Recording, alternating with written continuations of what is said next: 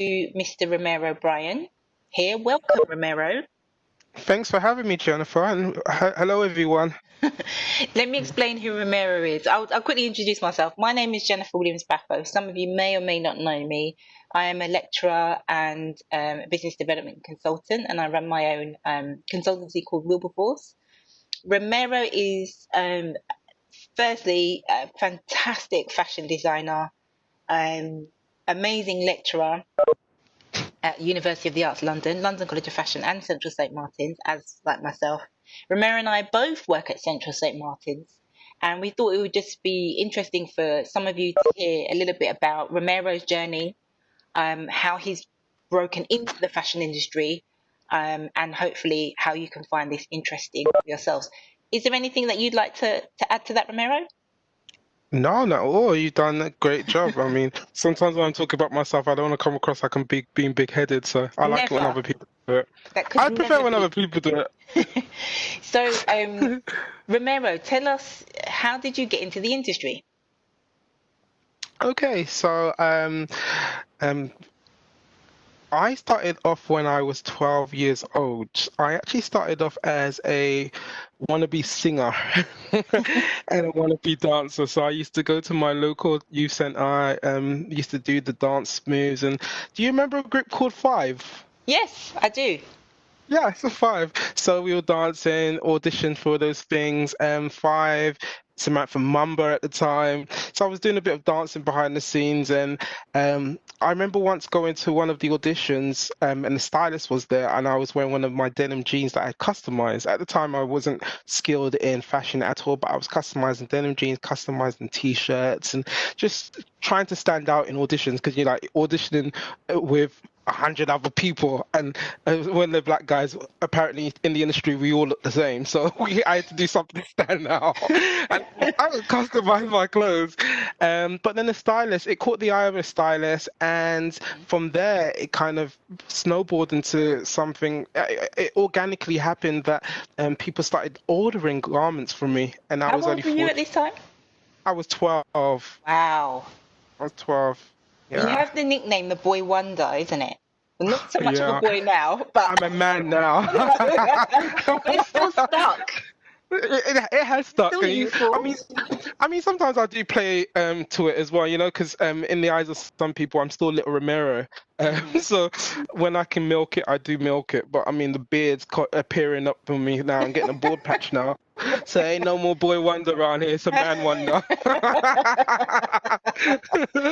So, okay, so people were ordering clothes from you, and how, what were the orders like? Okay, so the orders were like, oh, the very first order I got from a boutique was owned by Victoria Beckham's sister, Oh, wow. Louise Adams. Hmm? She had a boutique in Hertfordshire, and I remember her approaching me. I was about 15 at the time. This was before Samantha Mumble won my Dress to the Brit Awards, but I was 15 at the time, and she approached me and she said, could I make 40 denim skirts for her shop? And one thing I had learned is never say no in business, especially when you're starting out. You can learn on the job. Yeah. Make you mistakes on the job.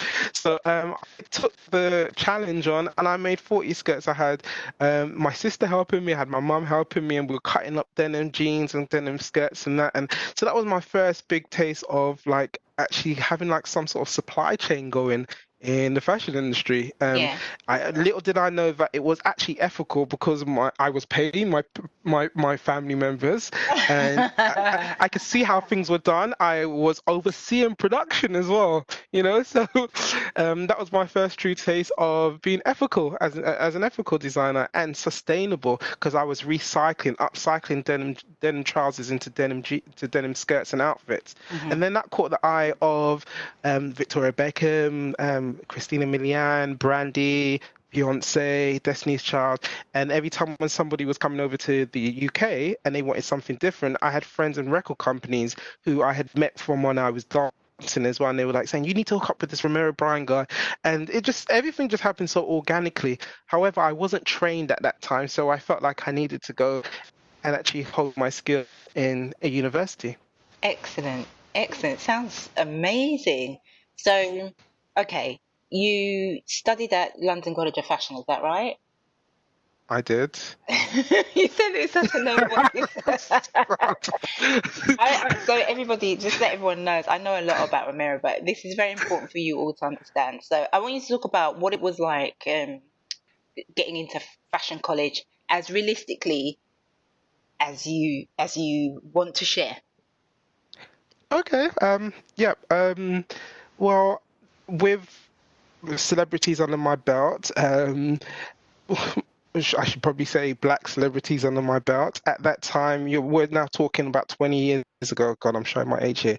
But 20 years ago, popular culture, we always knew hip hop and R&B was going to be popular culture, but 20 years ago it wasn't the way how it is right now. So Beyonce wasn't Beyonce back then 20 years ago. So the black celebrities didn't have that much kudos in the eyes, not in my eyes, but in the eyes of people like their mission shooters and things like that.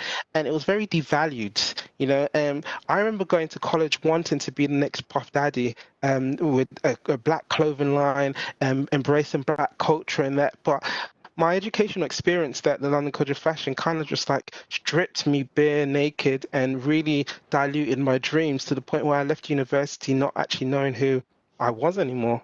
So you wanted me to be honest with you? I'm being totally honest with you. And that was my experience that I had on my undergraduate degree. Just being stripped of everything that I knew to be true to myself and my culture. It wasn't good enough. And what do you think led to that? I think a lack of empathy from tutors, from admission tutors, from course leaders. I mean, it's all very well. It's nice now that I feel like our experiences are all being we're being vindicated. Our experiences are being listened to now because of the whole Black Lives Matter movement, the George Floyd and that. But this problem didn't just happen this year. It's been going on since the beginning of time, you know, and we had to live through that. And Jennifer, yourself, you would know as well, 20 years ago in industry, there wasn't many of us. So we didn't even have that support network in the same way how people have the support network now, where you can call your peers and say, you know what, this course leader tried to do to me, X, Y, Z. We didn't have that back then, you know? It was very difficult, you know. I don't want to talk about, this is more about you rather than me, but I will put into the mix that it was, I mean, I think for me, I was lucky. I had a very strong core of fellow students. There was a huge black community. So I can think of when I was out, I was there. I graduated from London College of Fashion 1994, and I'm still in touch with all of my friends. Even one of the guys that I work with, Sadiq, who's a manufacturer. Everybody, he's one of my counterparts. So I was lucky. There was a very strong cohort, but it was very different going to Central St. Martin's. It wasn't that way. And I was very lucky because of my teacher, who you know, Romero, very, very well. Angela Drisdale Gordon. Yes, amazing. So everybody is important. I mean, I don't know if you want to share a bit about her and what she. Yes, of course. So just touching on back to my story, I left university doing my undergraduate feeling somewhat devalued and not. I was lost. I was absolutely lost. I went into a state of depression. Went into a state of depression. However, Angela Drisdale Gordon, I remember her calling me up one summer and offering me a teaching job. And I was complaining to her saying that, I don't want to do anything with London College of Fashion or the UAL because of my past and former experiences. And she was like, well, you know what? If you want a change, you need to be the change sometimes. And she's like, I'm giving you the opportunity now to come and join us as a teaching assistant, and you make those changes. Make sure that nobody else experiences the experiences that you have faced while you were studying as an undergraduate at London College of Fashion. And so she brought me on board. Then she introduced me to short courses, everybody, and we did a project with the Tate in collaboration with the Tate and Louis Vuitton, and called the Enslaved. Yeah, the Enslaved project, and it was nominated for a Times Education Awards, which was held at the Mayfair Hotel, and it was beautiful and very inspiring just to be underneath her wing.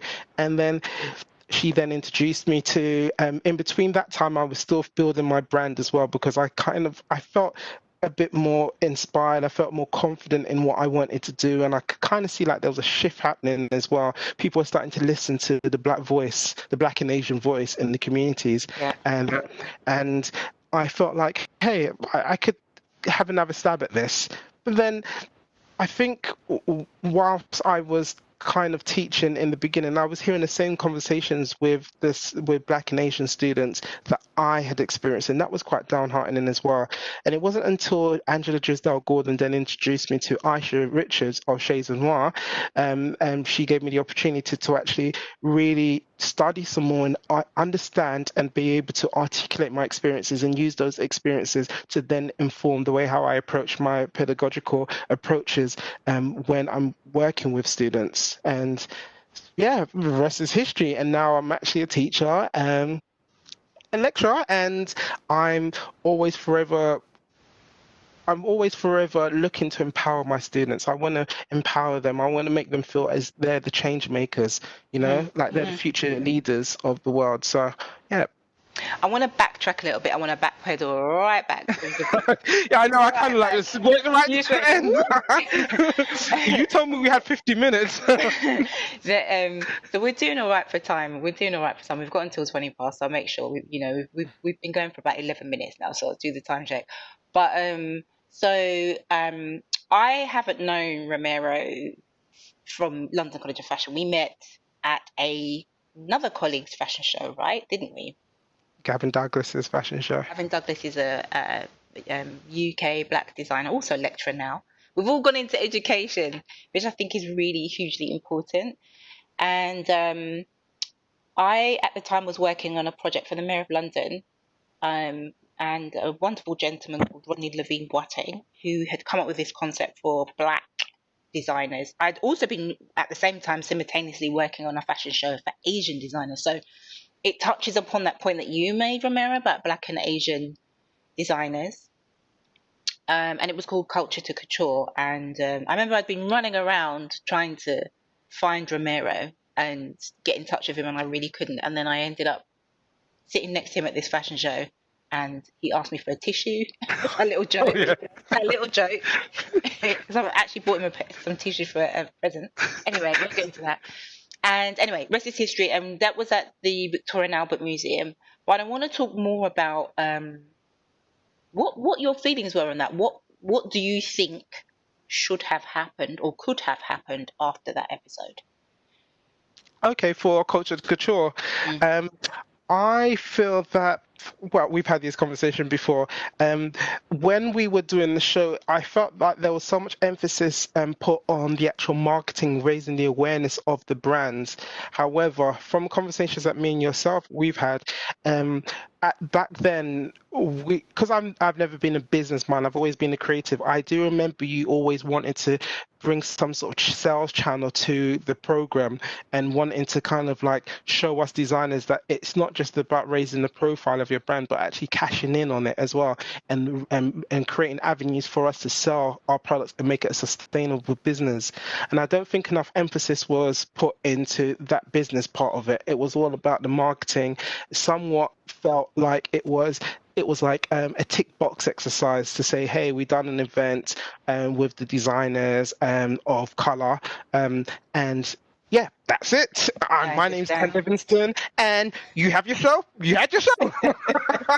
I agree, everyone. So I think the point that Romero is making is that it was a very high-profile fashion event that I want people to understand. It was just specifically Black fashion designers, UK Black fashion designers, which I feel was really important at the time. It was 2006, so the mid-2000s, just before the recession.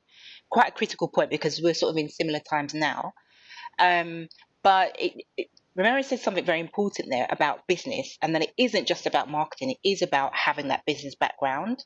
And Romero, can you elaborate on that a little bit more? What would you say is fundamental when you are breaking into the fashion industry as a fashion designer?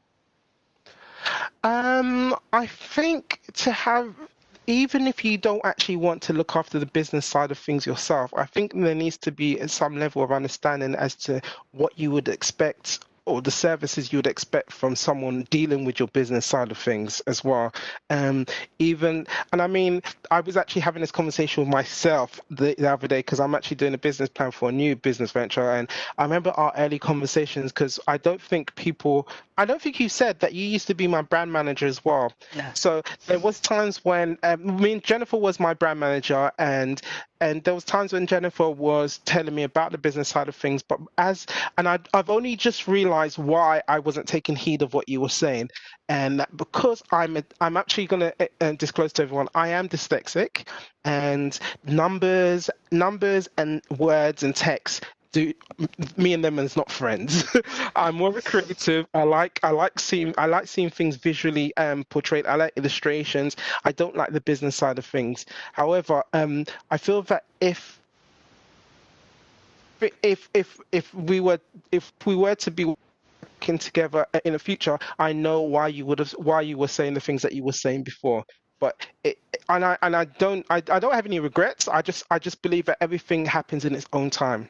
You know? Yeah. So what I would say, my number one advice to people is, even if you don't want to do the business part of things, still have an understanding as to why, or even just kind of like have these sort of conversations with yourself in terms of like really simplify it. Like, how many units do I need to get? How many units do I expect to sell? And what do I need to do to sell these things? What sort of marketing activities? How much is those marketing activities going to cost? Then you minus that from the profits and things like that, and just really simplify the whole process. But I mean, as a dyslexic person, I found I found techniques of helping me how to understand certain things. So I would say, yeah, just try to show a bit of interest in the business side of things, regardless of how creative you are and you don't want to do the business. I It's just want still, at the end to of the day. I want to commend you so much for being so open and honest there, and being really brave to sort of share something like that I with don't us. think I've ever revealed that to you, have I? No, you No, haven't. that's because I've already been working on this business plan for the past 2 weeks now,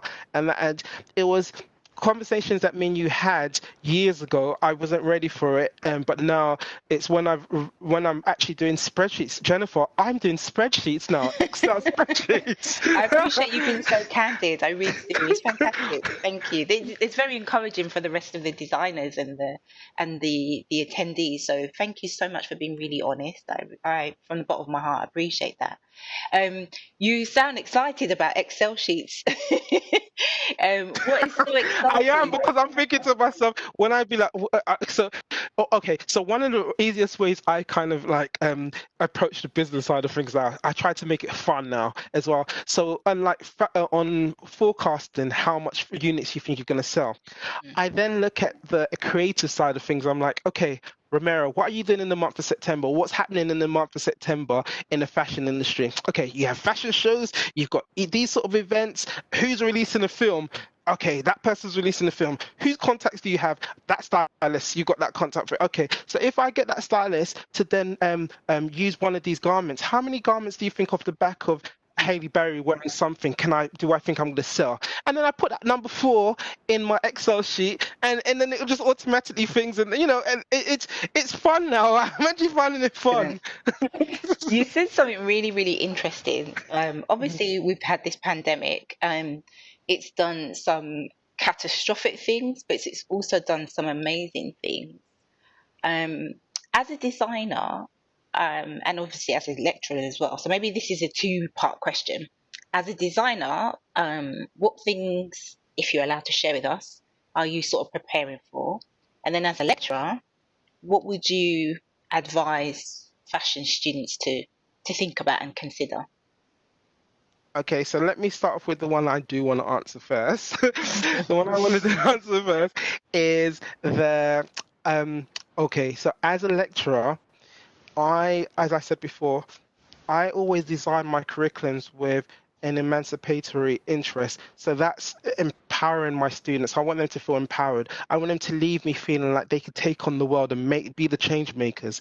So I always encourage my students to look at the problems that's within their industries, whatever industry, what the problems that they're in the industry, and think of solutions as to how they're going to then change the industry. Even if it's just one small thing, one small aspect of their company, how are they going to solve things? I had a really interesting conversation with one of my black students during the pandemic, and she's about to start a brand. And she's getting a brand. So before the pandemic, she was getting some stuff produced in China, and so a lot of my curriculum is based around conversations, critical dialogue, and that. So I get them. I play devil's advocate a lot with my student group, and one of the questions I asked, I was like, "Oh, so tell me, did you visit the factory before? Did you visit the factory before the pandemic?" And she was like, "No," and I was like, "Okay, so do you know how ethical they are?" She's like, "No," and I was like, So, how's that gonna be put across in your press release and that when somebody asks you what's your product's journey?" And she was like, "Well, all I know is that I designed something that I liked and I wanted to sell it." And I was like, "Well, if you keep on talking like that, I don't think no one's going to want to buy it."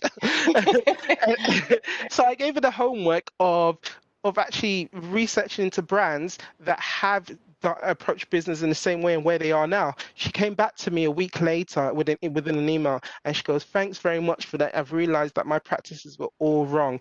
And not a matter of it being wrong, but she understood why I was asking those questions. I want her to be accountable.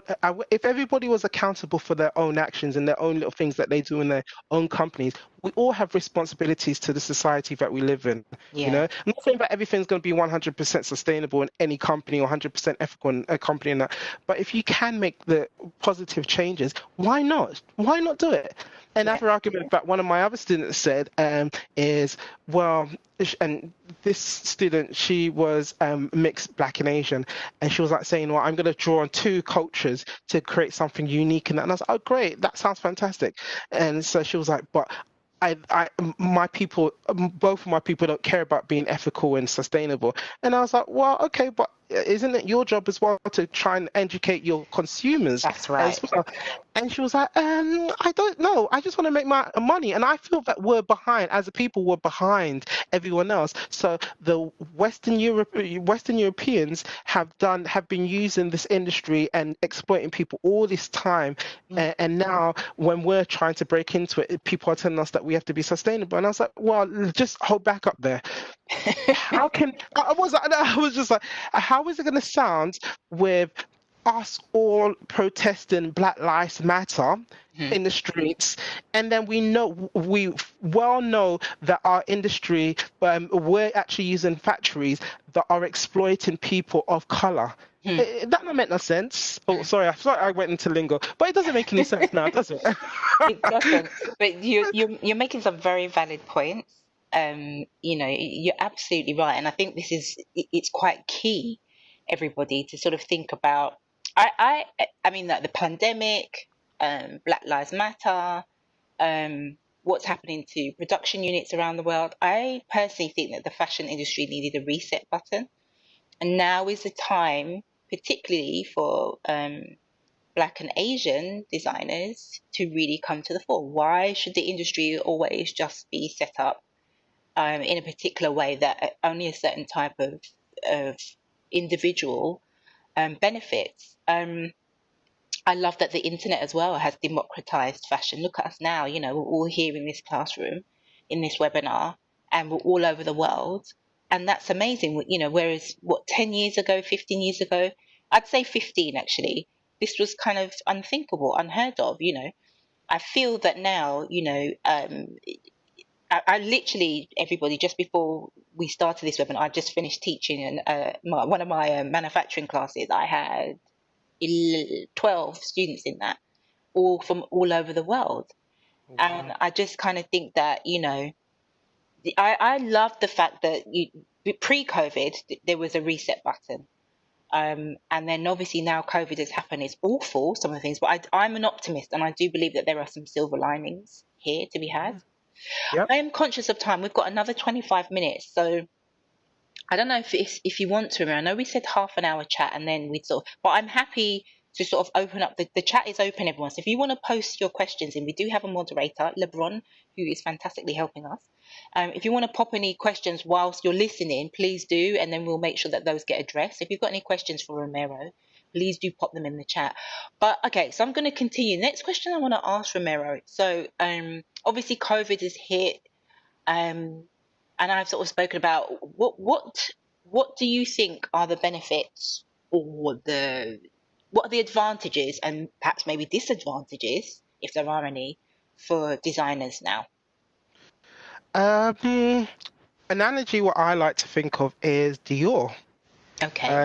The Dior new look after the World War. Yeah. And people are complaining, saying that he's using a lot of fabric to create like full round skirts, excessively using fabrics. And he created a new look from a time that was uncertain. People were rationalizing their food and everything like that. But he created a new look and he created an opportunity. So I kind of approached this with the same mindset as Dior. That from this, as you said, you're an optimist. I'm an optimist as well.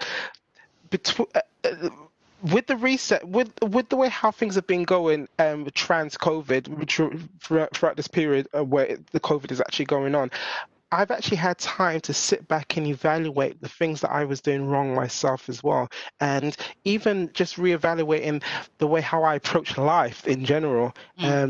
I could see somebody said that they love the excitement that I'm demonstrating. It's encouraging.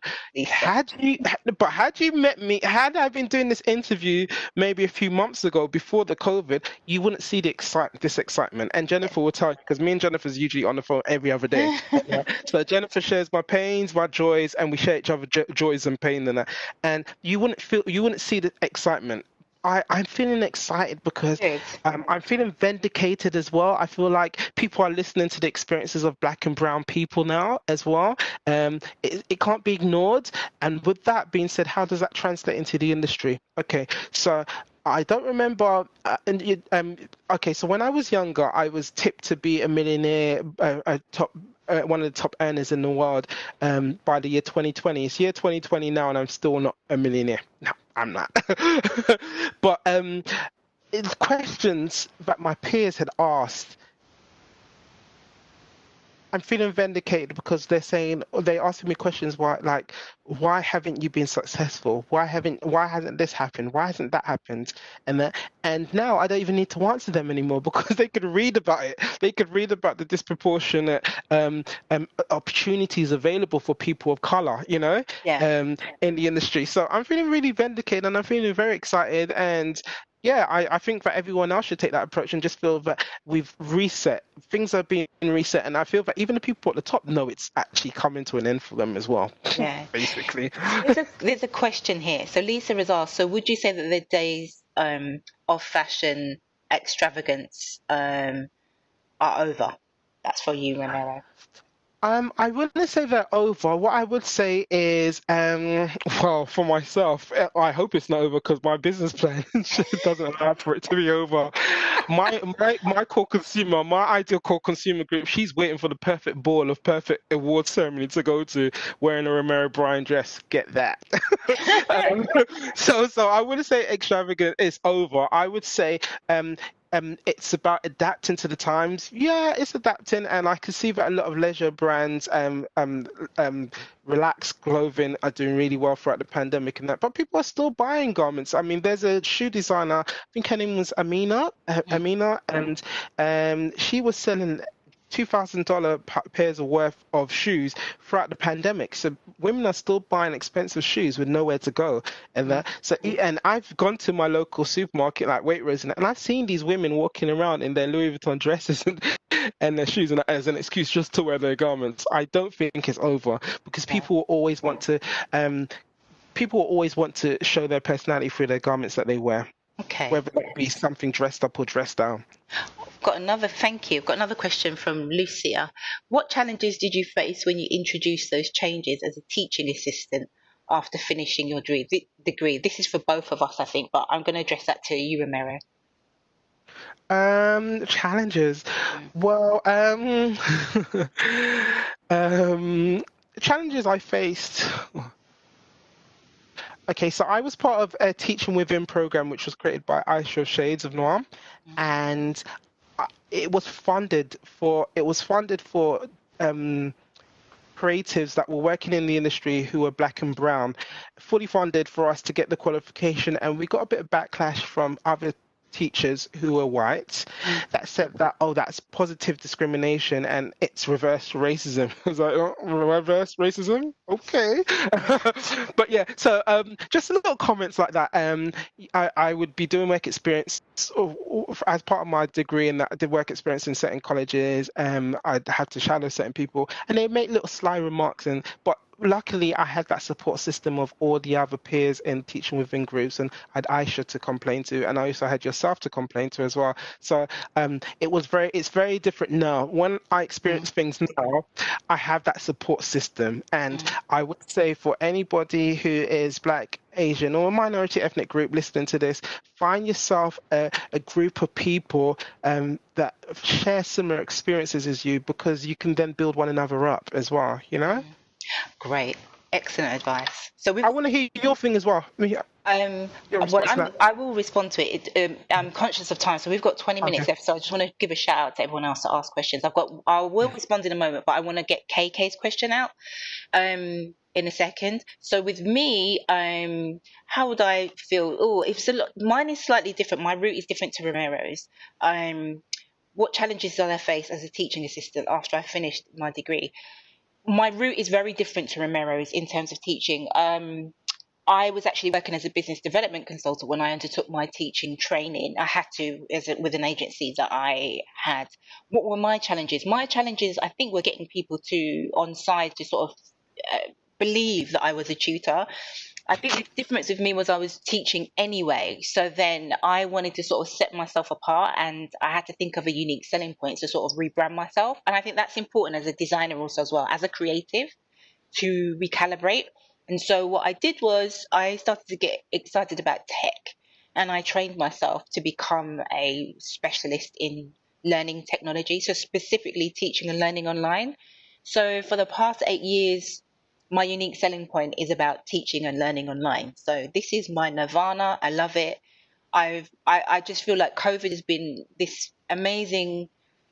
I don't know. It sounds awful to say this because I know so much tragedy has happened, but it's also for me been a blessing in disguise, because it's pushed me to create this platform, which I've been talking about. Romero will tell you for the last decade, and I haven't done it for years. Anyone that knows me, Susan, who's in the class, so delighted to have you. I've been talking about this, and I hadn't done it, and it pushed me, and it's done some wonderful things. It sort of helped me get back on track, get me excited about. Not that I wasn't excited about teaching Licia, sorry, I was, but also helped my nephew, who's here in the class as well, who's helping us as well. He's doing amazing things. He's been responsible for supporting Willbaforce Academy and getting Willbaforce Academy to where it is. So huge shout out to you, Lebs. Thank you. So I guess those were kind of some of the challenges that I had. There are still further challenges. Now I'm seen as I was a digital learning pariah. No one wanted to talk to me before. Now I'm this digital learning princess. Everyone wants to be my best friend. That's fine. So the next step for me, I wouldn't say it's a challenge, but now I'm sort of really sort of thinking about, how do I share this with everybody else? How do I start to share how to get people to teach online properly? It's not what you think. It's not just putting on a Zoom chat and we all run with it. Now, there's a lot of planning that's gone into this, everybody. So I will be sharing with you how to do that. Okay, question from KK. KK, really lovely to have you here. KK has asked Romero, really appreciate your discussion on how the Black and Asian designers are getting the credit they deserve. My question is, how did you find your style, define your brand, considering your challenging experience in school? Wow, that's a loaded question. That's a good question. Okay, I suppose that's what's taken me so long to actually. I went on the journey of having to try and build myself back up again, basically. I think something that my white peers are finally understanding now is that, as well as doing the job as a Black and Asian person, you're thinking of all these other factors and you're dealing with all these other things as well. So when there's maybe someone else that doesn't look like us will just focus on doing the job. We've got so many other things to be thinking and considering, and the fights and the pressure, and even between that as well, you're having to actually really find your style as well. It's like, where do you find the time to even do research into a concept if you're there thinking about how you're going to actually finance things and how you're going to access the information, how you're going to access the resources as well. So yeah, it's just taken me a very long time. I'm nodding because this is like, I don't know, everyone sort of seems to think that it's like this overnight success, and it isn't. It really isn't. There's so much that Yeah, one needs to do, isn't it? yeah, and I mean, I've done a lot of things via trial and error. I've tried things and they've gone wrong, but I feel like everything that's happened to me was supposed to happen to me. I'm a firm believer in that, you know, Okay. and I believe that being able to self-reflect is the best practice that anyone could have, Mm. any anyone can have in any industry. At the end of the day, think about what you did and what worked and what didn't work, and then so you know that the things that didn't work, you don't do them again. And the things that did work, you kind of like research more into how you then enhance that experience again, you know. So I would say that, but I believe that things are changing, and my experiences that I've had, Mm. I'm hoping, touch wood, I'm actually touching wood here, that you guys will never have to experience some of the things that myself and Jennifer's generation have. Brilliant. Okay, so next question is from the love. Did I answer the question? You did. I Okay. feel that you did. I feel that you did. Everybody's as well. This has been recorded, and we will share it on the platform. Next question is up from the lovely Anna Martina. So lovely to have you here. Remember, Anna Martina was one of our students on the I Traditions know the name. Practice. Yes, you know Anna Yes. Martina. Anna Martina has said, thank you. It's always a pleasure to hear from you, Romero. She said, nowadays with COVID, how do you take measures for clothes and make for new clients who ask for tailored made clothing? Very valid question. Very, very relevant. So at the moment, I've actually just used the COVID time to sit back and actually reevaluate everything that I've been doing. So I haven't had any contact with my clients at the moment. But one thing I have been doing throughout this whole COVID period is researching, reading things like Business of Fashion, looking at Fashmash, looking and seeing what the numbers are, what in terms of the growth of the online e-commerce platforms, how they're doing, and being able to respond to that data as well. And that data has informed my next steps in terms of business. And I don't want to go too much in terms of what I'm doing with my brand because I'm still working on the whole business model of it. But let's just say I'm looking to disrupt the way how we know the fashion industry to be now. You heard it Okay. here. Yeah. You know what? I've just got a message saying that this meeting's going to end in about 5 minutes, which is like, that's not really the time that they gave us. But hey, I wanted to get that in quickly. Um, are there any other questions? Has anybody else got any other questions? And then we will sort of wrap up. It feels a bit fast, so I do apologise, but I just got it just flashed up on my screen that this meeting's going to finish in 5 minutes for everyone. So I don't want us to get you know, I don't feel like that's been our 50 minutes, but hey, I feel a little cheated, but I need to let everybody know. One thing I will say to Anna Martina is the Business of Fashion have actually done a report, a COVID report. So maybe it might be worth you reading that COVID report in terms of how people with massive companies are dealing and responding to the COVID threats in terms of return policies as well with garments and the sort of London Textile Fairs is actually happening now in October. So I'm looking forward to going down there and researching into fabrics with antibacterial properties as well. So that could be something for you all to be researching into as well as the advancements in technological fabrics. So just to say thank you so much, Romero, for joining us. That was great. I just want to finish off quickly. The question that Natalie had was about production for bras. And I was saying that basically, you're probably better off organizing who the clientele was going to be. I'm happy to talk to her about that a bit further and looking at targeting women of that type. So maybe start following brands online that target women with large busts, small backs. So things like Curvy Kate, things like brands like Leisure Bee and such, like Fantasy, um, and essentially really just start to try and profile what are those women looking for in terms of lingerie. I speak as someone that I worked a little bit in lingerie too, so but I'm happy to have that discussion a bit further, Natalie. Romero, thank you so much for that, being candid and honest and frank. Is there anything else that you'd like to share with our delegates? What I would like to share maybe is um, something that someone told me once is when you can't predict something, you design something. Oh, I like that. If you can't predict the future, design your future. And Yeah, that's what I'll leave I'd like to leave everyone with that last final thought. that's lovely. Thank you so much. Thank you So for having me, and well done with launching the Wilberforce Academy. It's thank you been so much. decades in the works. There's more to come. So hopefully you'll join us on what we're planning, all sorts of exciting things. We're planning like a creative conference in the new year, not now, not this side of Christmas, it'll be too, but in the new year we'll be organizing a creative conference. We've got courses coming up, fashion courses, creative business courses, self-promotion for creatives, as well as the manufacturing courses that we do. We've got lots of guest speakers. Our next guest speaker is the very well known Mr. David Jones. So we'll be doing a webinar with him in the autumn, and hopefully you can join us as well, Romero. But yeah, thank you so much. I'm really excited about the relaunch of Romero Bryan. I can't tell you. You saying that about me, I'm excited about you. Thank So you. yeah, Well, I thank you for can't wait. having me. Thank you. All right. Good luck, Appreciate it. everyone. Thank you. Thanks. Bye. Bye.